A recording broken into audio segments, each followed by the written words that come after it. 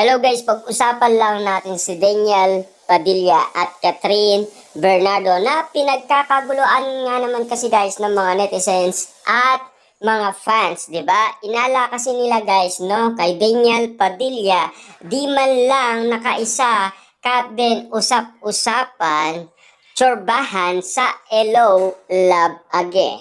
Kasi guys, pinag-uusapan nga naman kasi ang nangyari kay Catherine Bernardo. Kitang kasi nila guys ang bawat nangyari na hindi nga naman kasi nila guys nakita sa Katniel. Siyempre guys, magkaiba nga naman kasi ang mga pinikula ni na Catherine Bernardo at Alden Richard, di ba? At lalong-lalo guys ang pinikula ni na Daniel Padilla at Catherine Bernardo. Yan sana guys ay maintindihan ng mga netizens at mga fan. Siyempre guys, di natin masisisi dahil alam naman natin kung ano na ang mga nangyari.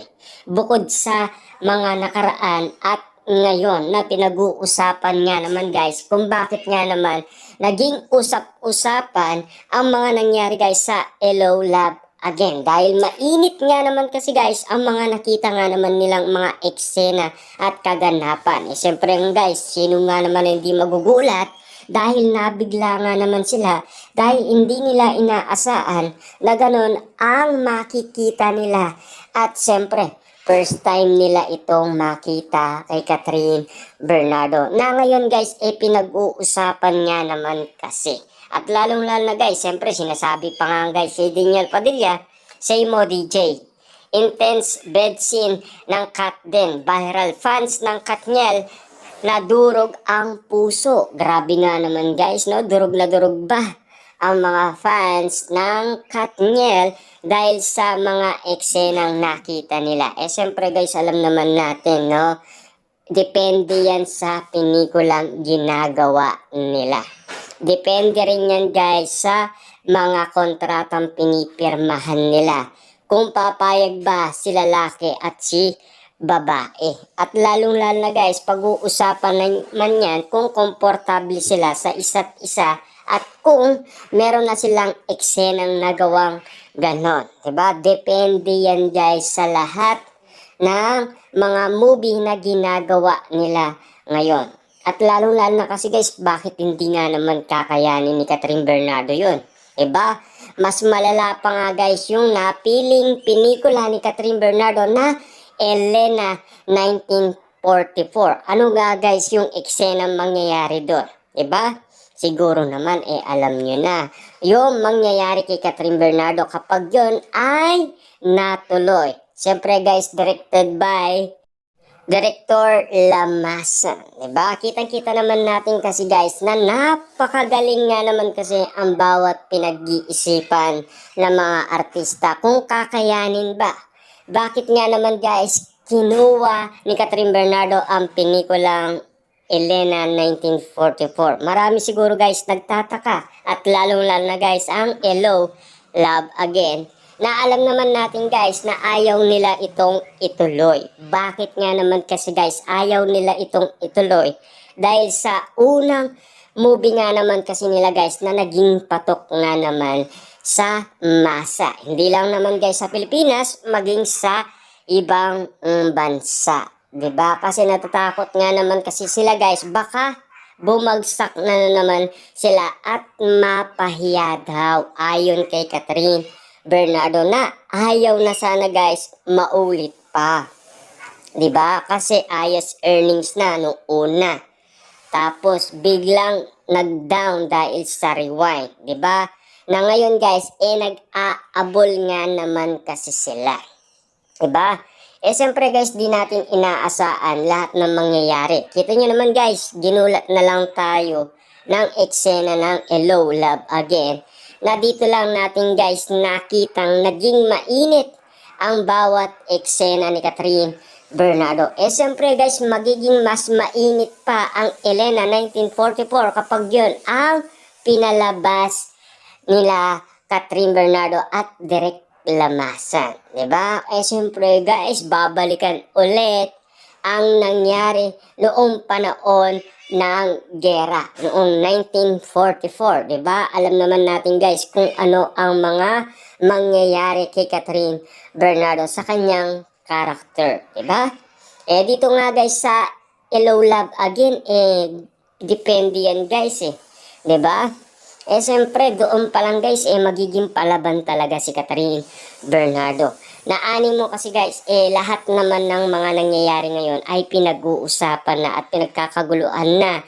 At lalong-lalo guys, pinagpipestaan na ng marami netizens at mga fans. Gulong-gulo na guys ang mga netizens at mga fans dahil sa mga mainit na eksenang nangyayari. At lalong-lalo guys, nagiging painit ng painit ang mga earnings ng Hello Love Again. Kung makakaya ba nga ba guys ang 1 billion earnings? Kung tatalunin nga ba guys ang nasabing rewind, diba? Pero hanggang ngayon guys, talagang desidido pa rin ang Kat din na pumunta sa ibang bansa guys para nga naman todong-todong magpasalamat at syempre babalik din sila guys sa Canada, 'di ba? Para suportaan guys ang 900k na mga Pilipino nandoon sa Canada na nasilayan natin guys sa day 2 ni Catherine Bernardo at day 1 ni Alden Richards sa Canada. Kitang-kita naman natin guys na dagsa sila para lang makita ang kanilang idolo. Na sana guys naging malinaw ang lahat sa mga tao kung ano ang pinipili nilang movie at depende yan guys sa gagawin nilang eksena. Kung meron nga naman ganun na mainit na eksena na tatanggapin nga naman guys ng pamilyang Bernardo at siyempre ng pamilyang Estrada. At lalong-lalo na guys, siyempre Alden Richard, marami ng eksenang naging mainit. Siyempre guys, nandyan yung romance, 'di ba? At lalo-lalo guys, ang mga teleseryeng meron ng ganyan na mga eksena, 'di ba? At lalo-lalo guys, yung Pulang Araw, 'di ba? Kitang-kita naman natin guys na talagang naging patok nga naman guys ang movie na Hello Love Again. Kaya mainit na mainit, kaya nga guys nabigla nga naman sila, 'di ba? Kasi hindi pa nga naman kasi guys pinapalabas ang Hello Love Again, ay kumalat na ang balita na yung naikwento ni Sanya Lopez patungkol nga naman guys sa kisinsin at bedsin ni na Alden Richard at Sanya Lopez ay naging mainit din na issue. Pero nung napanood na nila guys ang Hello Love Again, biglang lalong umiinit guys ang mga eksena. Kaya nga naman guys, kitang-kita natin na pinag-uusapan hanggang ngayon ang tsorbahan ng mga fans ni na Daniel Padilla at Catherine Bernardo. Siyempre guys, di natin maiiwasan talaga ang mga ganyan bagay na sana ay maintindihan kung bakit nga naman kasi.